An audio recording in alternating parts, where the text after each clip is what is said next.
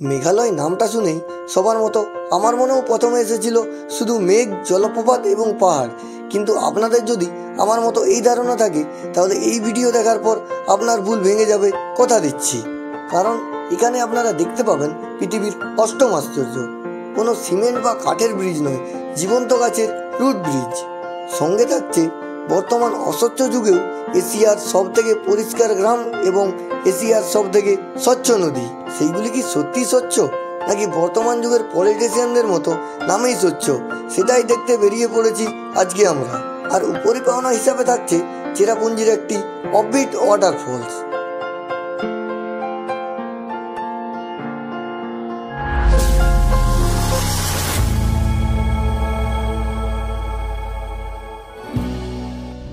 Good morning.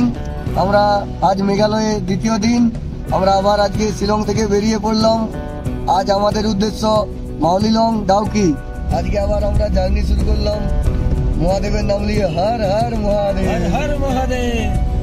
নমস্কার বন্ধুরা, অদমের নাম সুদীপ কুন্ডু। এটা আমাদের মেঘালয় ভ্রমণের তৃতীয় পর্ব। আগের পর্বে আমি দেখিয়েছি আমাদের মেঘালয় ট্যুরের প্রথম দিনের একদম ডিটেল ভিডিও। যদি আমি একটি ভিডিওতে সব দেখাতাম তাহলে ভিডিওটি অনেক বড় হয়ে যেত আর সব ডিটেলস তথ্য আপনাদের শেয়ার করতে পারতাম না। তার ফলে আপনারা বিভিন্ন সমস্যায় পড়তে পারেন বলে আমার মনে হয়। তাই আমি বিভিন্ন পার্টে পার্টে ভাগ করে এই মেঘালয় সিরিজটি আপনাদের কাছে তুলে ধরছি। এখন আমরা এসে পৌঁছেছি লাইলন কট ভিউ পয়েন্টের সামনে। দাদা বললেন লাইলন কট ভিউ পয়েন্টে আমরা জাস্ট 2 মিনিট দাঁড়াবো, কিন্তু এইখানে দেখছি ভিউ পয়েন্টটা অসাধারণ। এই ডান দিকে পড়ছে ভিউ পয়েন্টটা। চলুন নেমে গিয়ে আপনাদের দেখাই লাইলন কট ভ্যালি ভিউ পয়েন্ট।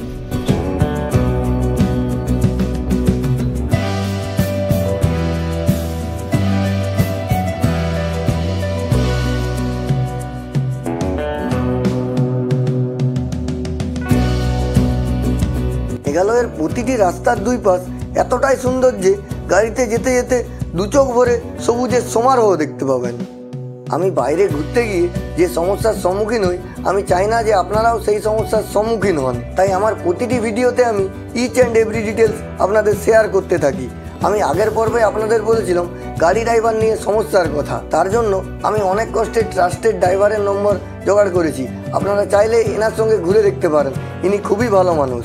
ফোন নম্বর আমি স্ক্রিনে দিয়ে দিচ্ছি। আমরা এখন এসে গেছি রাওয়াই লিভিং রুট ব্রিজ দেখার জন্য। এই যে পার্কিং এরিয়া এখন দাঁড়িয়ে আছি, পার্কিং এরিয়া থেকে সিধা রাওয়াই রুট ব্রিজের রাস্তা। চলুন দেখা যাক কতটা ট্রেক করে যেতে হয়। এখানের প্রতিটি ছোট ছোট গ্রাম, প্রতিটি বাড়ি আপনার ভীষণ ভালো লাগবে। কানে আসবে বিভিন্ন পাখির কোলাহল, নাকে আসবে বিশুদ্ধ অক্সিজেন, আর চোখে আসবে সবুজের সমারোহ। আর মন ভরে আপনারা নিয়ে যাবেন সারা জীবনের জন্য অনন্ত স্মৃতি।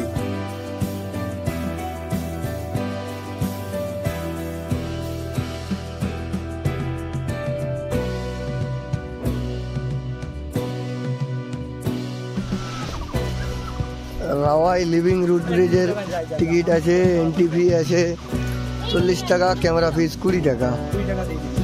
20 টাকা দিয়ে যাবে। Welcome to living root bridge visiting hour. অবশেষে প্রায় 1-150 সিঁড়ি ট্র্যাক করে আমরা এসে গেছি লিভিং রুট ব্রিজের কাছে। এই যে দেখতেই পাচ্ছেন আমাদের পিছনে লিভিং রুট ব্রিজ। চলুন আস্তে আস্তে যাওয়া যাক। আমাদের ক্যামেরাম্যান দেবুদা তার DSLR বার করে নিয়েছে ছবি তুলবার জন্য। এখানে ক্যামেরা ফিস 20 টাকা নিল। ক্যামেরা ফিসটা এখানে কমই, অন্যান্য জায়গায় 200 টাকা 100 টাকা। সে ছবি তুলবে বলে এগিয়ে গেছে। এই যে দেবব্রত ঘোষ শুধু নিজের বইয়ের ছবি তোলে, আমাদের ছবি তোলে না।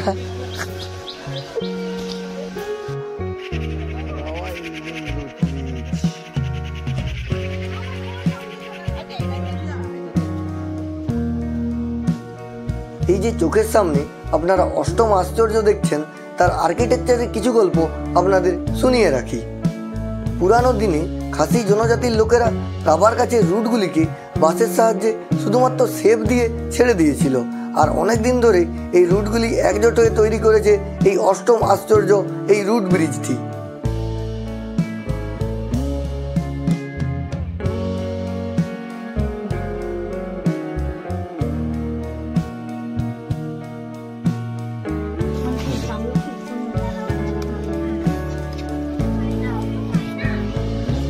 दो पैकेट 40 का।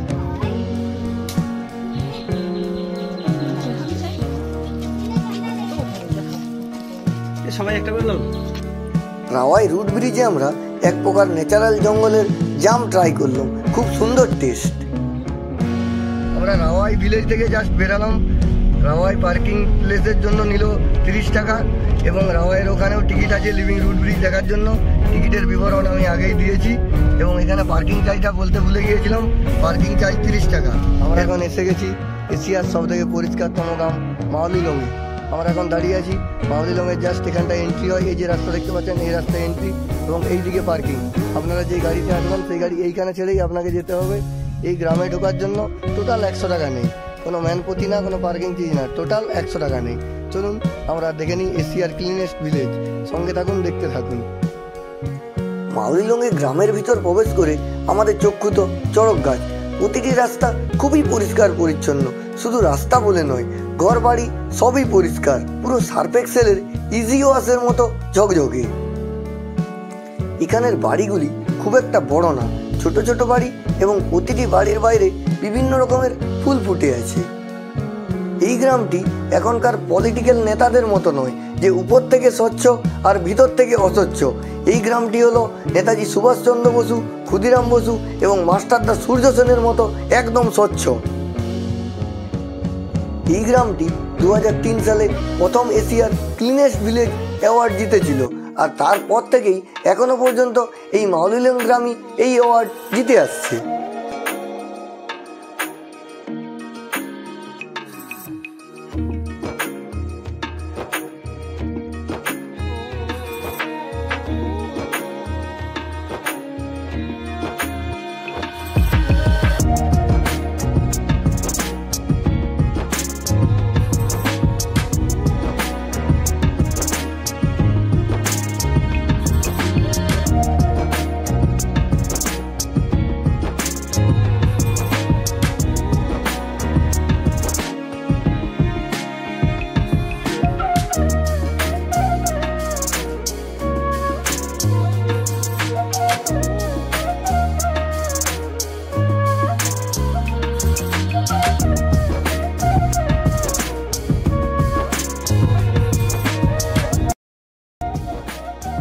এই যে আপনারা মাওলিলং ভিলেজ দেখছেন, এই মাওলিলং ভিলেজ কিন্তু পুরোটাই নারী কেন্দ্রিক।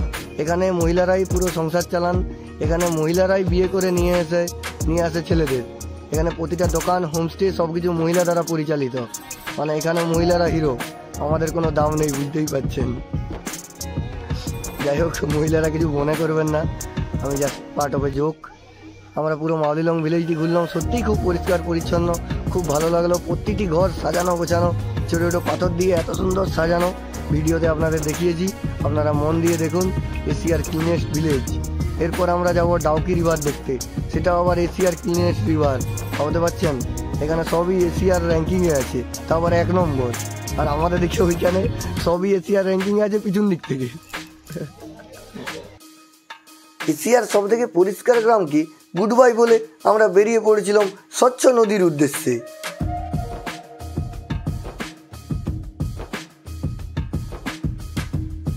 এই যে ডান দিকে দেখতে পাচ্ছেন ভারত ও বাংলাদেশ ইন্টারন্যাশনাল বর্ডার।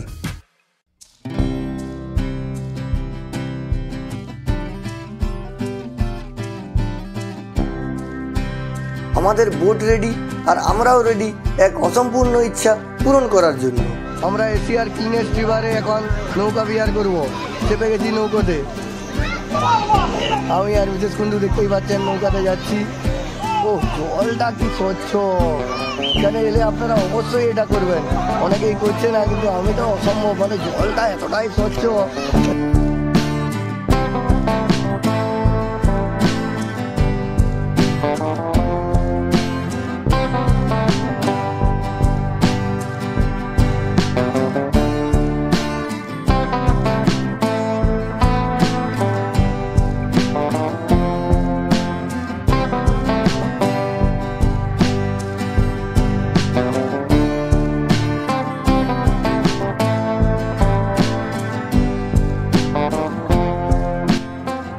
এই ডাউকি রিভার বিখ্যাত তার ট্রান্সপারেন্ট ওয়াটারের জন্য।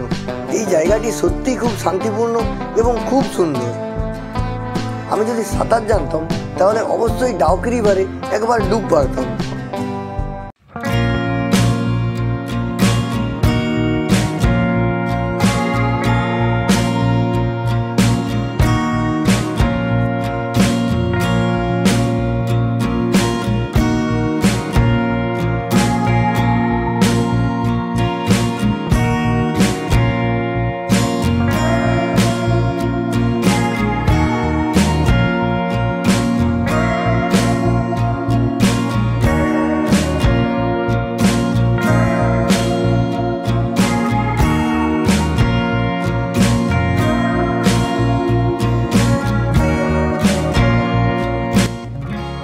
আমি আগেই বলেছি যে আমার এক অসম্পূর্ণ ইচ্ছা পূরণ হতে চলেছে, কারণ এখানে নৌকা মনে হয় যেন জলে নয় পাথরের উপর চলছে, এতটাই ক্লিয়ার জল। তার মানে ভাবুন পাথরের উপর নৌকা কিভাবে চলতে পারে, এটা তো অসম্পূর্ণ ইচ্ছাই, তাই না?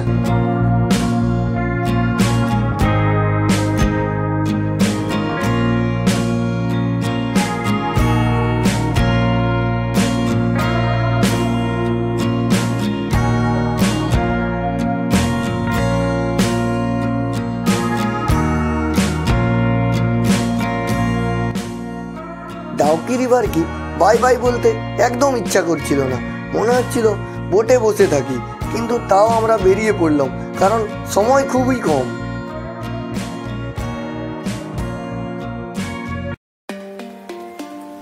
ডাউকি রিভার সত্যি খুব পরিষ্কার রিভার। প্রথমে এতটা বুঝতে পারছিলাম না, তারপর ওই দিকটা গেলাম, ওইদিকে মাছ দেখা যাচ্ছে, ছোটো ছোটো ছোটো মাছ, খুব সুন্দর লাগলো। তারপরে অ্যাংরি বার্ডকে ডাকলাম, অ্যাংরি বার্ডের চোখে দেখলাম সত্যি পুরো নদীটা কি ক্লিন, নিচের ছোটো ছোটো পাথর টাথর দেখা যাচ্ছে। আপনারা যারা মেঘালয় এসে ডাউকিতে না আসবেন তাদের পুরোটাই লস। আবার ডাউকি এসেও যারা বোট রাইডিং না করবেন, এই যে আমাদের যেমন দেবব্রতদা, যে দেবুদা বলছিলাম, উনি আর বৌদি তো বোটে চাপলেন না, বললেন খুব রোদের বয়ে বোটে চাপলেন না, কিন্তু ওনারা খুব মিস করে গেলেন। ওইদিকে একটা ঝর্ণা আছে, সেটাও খুব ভালো, আর নদীর জল অসাধারণ। আপনারা যদি না আসেন সেটা বুঝতে পারবেন না। তো আমার রিকোয়েস্ট, আপনারা একবার এসে দেখুন, তারপর যদি না ভালো লাগে আমাকে কমেন্ট করবেন যে ভালো লাগছে না। এটা অসাধারণ এক্সপিরিয়েন্স। এইরকম জলের মধ্যে দিয়ে যাওয়া, নৌকায় আমি অনেকবার চেপেছি, যদিও আমি সাঁতার জানি না, তবু নৌকায় চাপতে ভয় পাই না। তাই যদি আপনারা সাঁতার নাও জানেন তবু ভয় করবেন না। এই যে যারা চালাচ্ছে দেখতেই পাচ্ছেন, এরা পুরো এক্সপার্ট আছে, কোনো অসুবিধা নেই। আপনারা চেপে জাস্ট একবার রাইডিংটা করে দেখুন, আলাদাই মজা ভাই, আলাদা। প্রায় সূর্যাস্তের সময় হয়ে গেছে, তাই আমরা চলেছি এখন কারাংসুরি ওয়াটারফল দেখার জন্য। আমরা এখন এসে গেছি মেঘালয়ের একটি অজানা ওয়াটারফলসে, কারাংসুরি ওয়াটারফলস। এটি এখনও সেরকমভাবে পাবলিকের কাছে অতটা ফেমাস নয়, কিন্তু ওয়াটারফলসটি খুব সুন্দর। এই যে পার্কিং লটে আমরা দাঁড়িয়ে আছি, এই দিকে যেতে হবে ওয়াটারফলস গেলে, এই দিকে চলুন আমরা যাচ্ছি।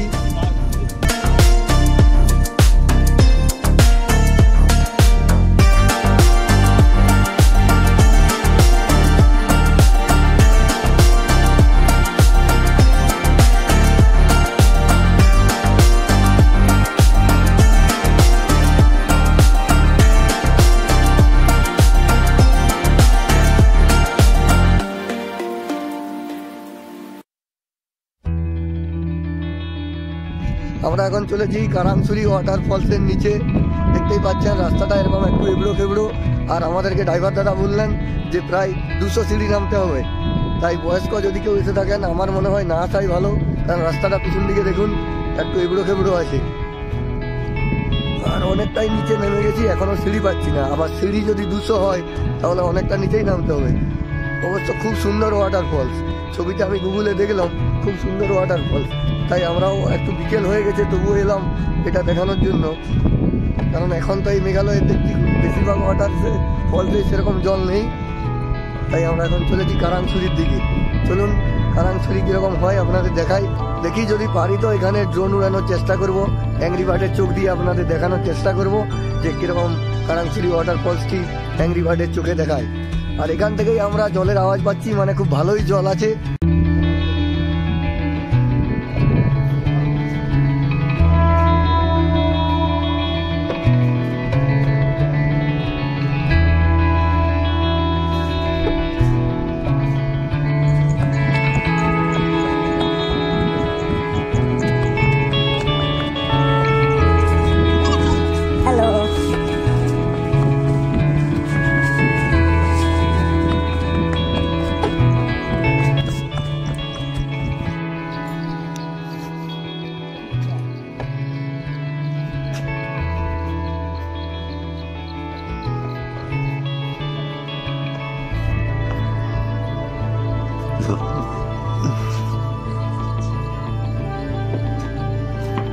कितना टिकट कितना है?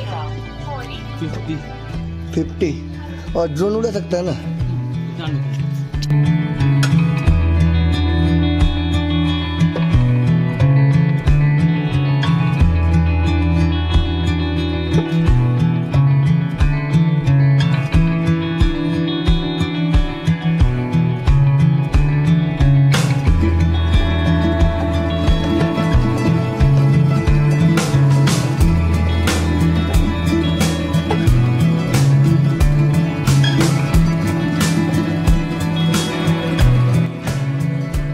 কারাংসুরি ওয়াটারফলস হলো মেঘালয়ের একটি অসম্ভব সুন্দর অফবিট ওয়াটারফলস।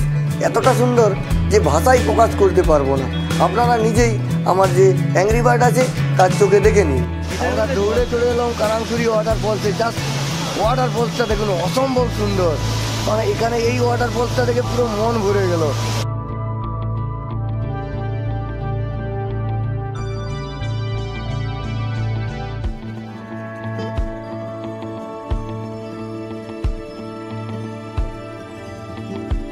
আজকের মতো টাটা, দেখা হচ্ছে আগামী পর্বে। ভালো থাকবেন, সুস্থ থাকবেন। আগামী পর্বে দেখাতে চলেছি যে ট্রাভেলিং কোনো সময় ফান না হয়ে চ্যালেঞ্জিং কিভাবে হয়ে ওঠে। আর তার সাথে থাকছে মেঘালয়ের সব থেকে কষ্ট করে অর্থাৎ ট্রেকিং করে দেখতে হয় এই রকম একটি ওয়াটারফলস। এবং আজ যে রাওয়াই রুট ব্রিজ দেখালাম সেটি ছিল সিঙ্গেল, কিন্তু কাল দেখাতে চলেছি একদম ডবল ডেকার রুট ব্রিজ।